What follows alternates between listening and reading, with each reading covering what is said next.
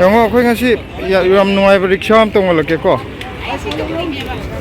자 치킹스웨 게임제 이제 이트랑하기 마뚱드네 라이제 아도 거기 같이 kainogi GU Polo Ground da kaino leba sports meet haitare annual sports meet koi ani shuba maira chukhat panumit adu attend tawge na lakune hoje metro da laga sidagi manum changje kaino da rickshaw to mo change silana si rickshaw je tongje mai si oi tongje sida tong lai moi rickshaw je kaino ni ko aroi bi ne rickshaw war jo koi engine tara chen bi rickshaw ne mai ni si je ra ni ko chau gi rickshaw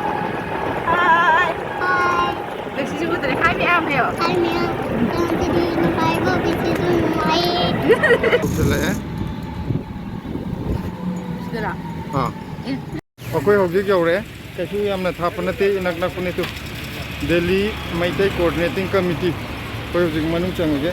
Saya ini mamang dah, kayu noda Gupta Colony le ngai dah walking jam jalan bani ayu. Saya jarang atra tu ki mamang ki warin. Yang aku itau biru le re. Saya yang terus terang ai matak dioi tu ni iban ni tengah ni je. Ado iban ni angang di loi oi ko. Aku ini hobi ingkalak pa kayu ni hendak kelas 10 thadu ini.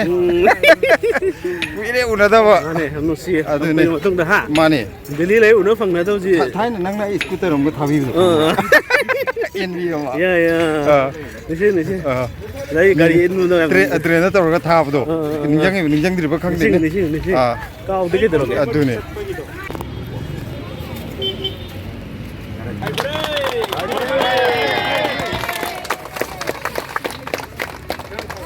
Merah pusat lagi sange.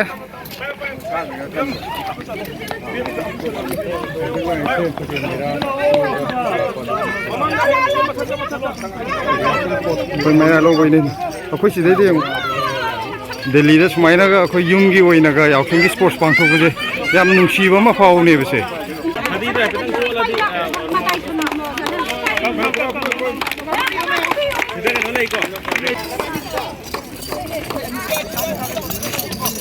Warni यार Auto kita video bayan auto kita video maya si stage sampai mungkin auto kita video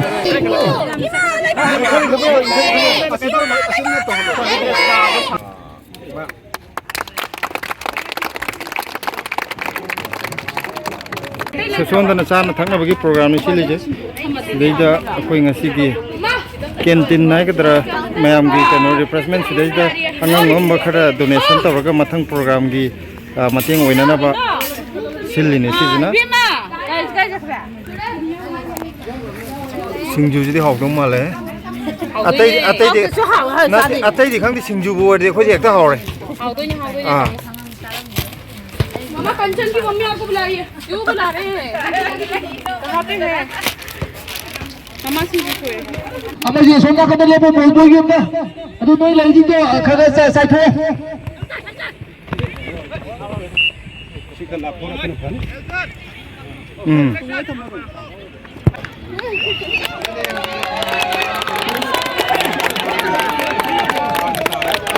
थोड़ी चिंगी की practice नहीं तो हो रही है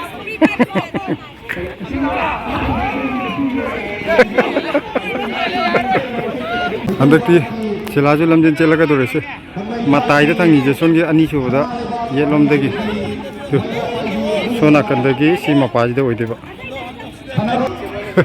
मादी chicken मगम दमने थे ये काई तो गेनो या ये और पूरा न तर खोंग न लाकराम तेरी खंग माई नोकपदि मखन तार गम तो लमजन चलक्त्र जो चले मामा जो चले इने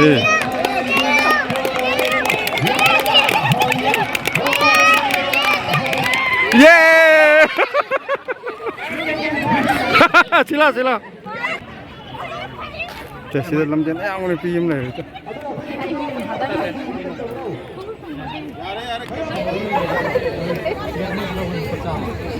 Only one. nah sih capu tuai itu je kena no kayak tuai ngam ni ko so itu tuai ko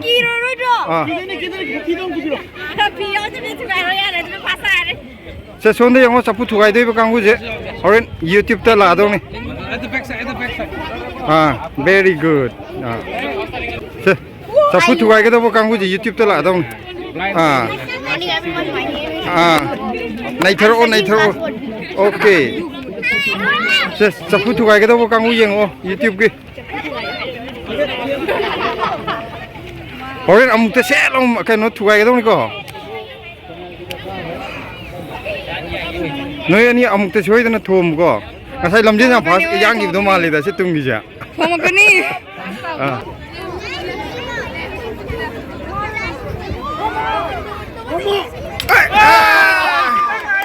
Nam nung chico. Ne smile kata orang ye. Sedih yang oh. Ya nung cie. Kesom dana pasana boraja hok dere. Boraj di mai tare. Koi pakora lere. Pakora je ani de lupa yang kai. Sedana bora khajing bora je ore. Adi plate yang kai ni sedana koi chan kaino lere. Kangau lere. Keli chana lere. Ani kin pa yang kai. Ani kin pa yang kai. Yang kai ngak tu orang mana kuasa. Na pura macam. Aduga sedana singju lere. Singju plate yang kai. Keli chana lere. Sedana papor ju lere poster. Juga sedana chana kangau. Cakau je. Hangan biar tamne kau lere. Yang bayam dah kan sasang ini papor lupa yang kayak gini, papor ani bora lupa yang kayak gini tu. Si yang bayam tapi nanti buku saya mayam ke, matang program dah muk, kan itu bugi, saya bugi muksin bagi kita kan itu ina ba, panu ina ba nasi yuan bane, kita yam na yami yam deki wapam nanti. Lagi. Mama nu tu mama. Hello. Kan itu ni, jangan ke camin naro, bora camin naro. Singju cakera, bora cakera camin naro. Pergi. Ahan jeng gini saya putu kau biji.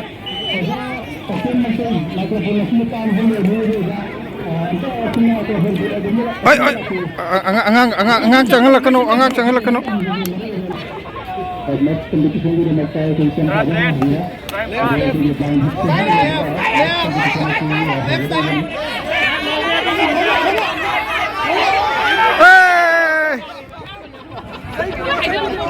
Silani.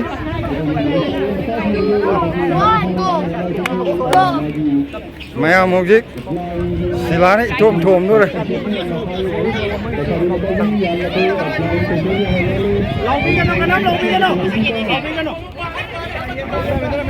Ais, Kanada no hai ni.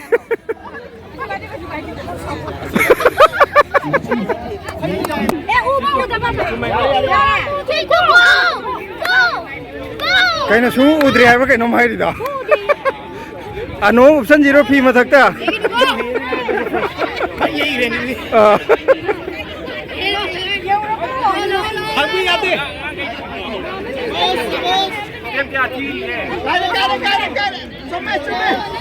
Kau orang kan amma deh tahu hobi masih.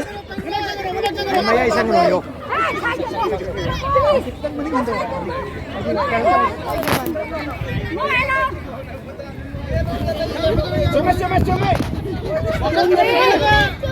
बेटा ऐसा नहीं बोल सकते society के लिए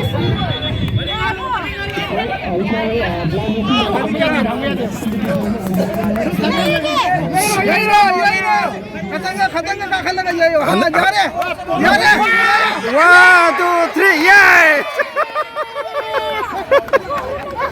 छोड़ ले रे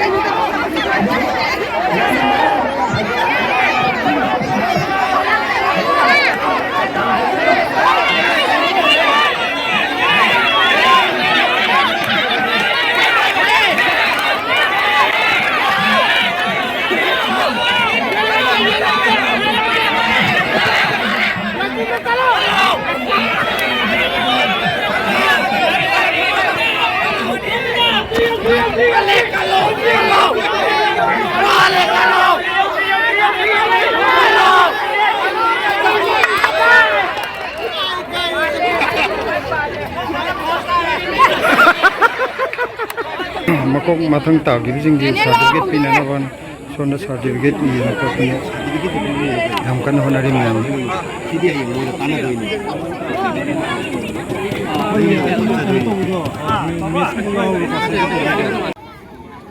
to sida da angang musa mayam gilam den tha tu ni blesi ju yaw re hore kan na chelo ko to Okay, so move, don't move.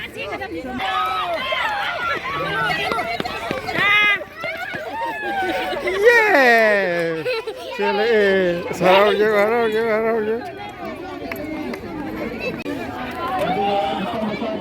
Fajan to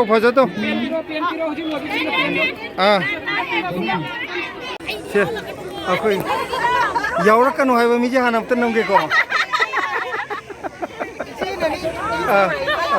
akoi gi YouTube family ne ado yam nuai re ngasi amuk sakhang na je nongma lakpiro akoi gi de jo ora ba ro je tarak pro kai su kai de yauri do yam pare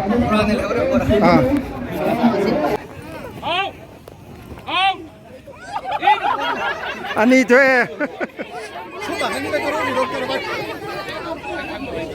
Rasanya kita sebagai karinya tiket kafilah pada saya lagi tiket sekarang ada sudah hasil itu.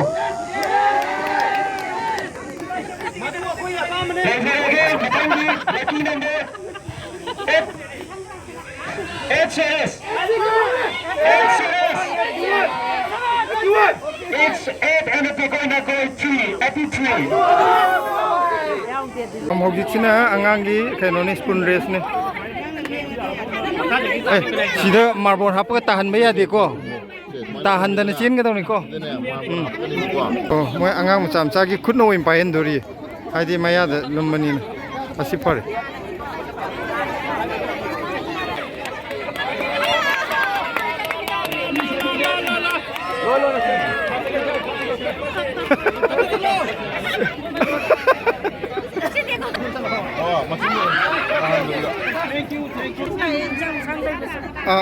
ya adudi yamna adum kanu to sangmo matamda dum lengthokpiro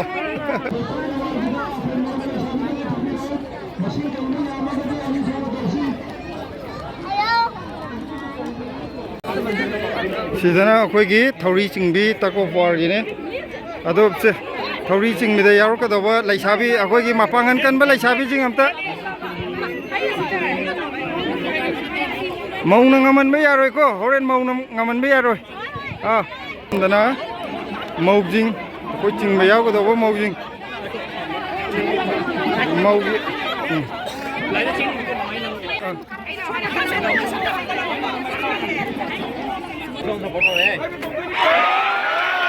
Thori tat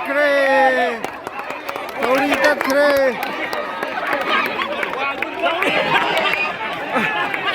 mapangan ya akan mengakawai lai rame mapangan ya tikal le thori thadale hojing season akoi program loisilakpagi asai pangtokkiba mayam tege prize distribution dene ko Saksini ngani physics ki apoi yamna achong head department pubi ba yamna achong dai to lo ground simagi kalo da lobi bani kubal do kubi ma ꯑꯣꯖꯥꯒꯤꯗꯃꯛꯇ ꯃꯌꯥꯝꯅ ꯍꯦꯟꯅ ꯁꯦꯕꯥ ꯇꯧꯕ ꯉꯝꯕ ꯑꯣꯏꯖꯁꯅꯨ ꯁꯤꯂꯥꯁꯤ ꯉꯁꯥꯏ ꯂꯝꯖꯦꯟ ꯌꯥꯝ ꯀꯟꯅ ꯌꯥꯡ ꯆꯦꯜꯂꯒ ꯀꯩꯅꯣ ꯇꯥꯈꯤꯕꯅꯦꯕ ꯊꯥꯔꯠ ꯇꯥꯈꯤꯕꯅꯦꯕ ꯑꯗꯨꯃ ꯄ꯭ꯔꯥꯏꯖ ꯄꯤꯔꯛꯇ꯭ꯔꯦ ꯄ꯭ꯔꯥꯏꯖ ꯆꯦꯟꯗꯕꯤꯗ ꯐꯪꯉꯦ ꯃꯃꯥꯟꯅꯕꯤ ꯐ꯭ꯔꯦꯟꯒꯤꯗꯤ ꯑꯗꯣ ꯁꯤꯂꯥ ꯄ꯭ꯔꯥꯏꯖ ꯉꯥꯏꯕꯗ ꯄ꯭ꯔꯥꯏꯖ ꯌꯦꯟꯕꯗꯤ ꯂꯣꯏꯈ꯭रे ꯄ꯭ꯔꯣꯒ꯭राꯝ ꯏꯁꯄꯤꯁꯦꯜ ꯄ꯭ꯔꯥꯏꯖꯅꯤꯀꯣ ꯍꯟꯗꯛꯀꯤꯁꯦ ꯑꯗꯨꯅ ꯈꯔ ꯏꯁꯄꯤꯁꯦꯜ ꯑꯣꯏꯅ ꯅꯝꯒꯦ ꯃꯣꯕꯥꯏꯜ ꯈꯛꯇ ꯊꯥꯖꯟꯕꯤꯔꯣ ꯂꯥꯏꯠ ꯎꯗ꯭रे ꯏꯁꯥꯅ ꯑꯗꯨꯝ ꯌꯥꯟꯖꯔꯦ ꯌꯥꯝ ꯅꯨꯡꯉꯥꯏꯔꯦ ꯌꯥꯝ ꯅꯨꯡꯉꯥꯏꯔꯦ ꯌꯥꯜꯂꯣ ꯑꯗꯣ ꯅꯣꯏ ꯑꯅꯤꯒꯤ ꯐꯣꯇꯣ ꯑꯝꯇ ꯀꯥꯞꯀꯦꯀꯣ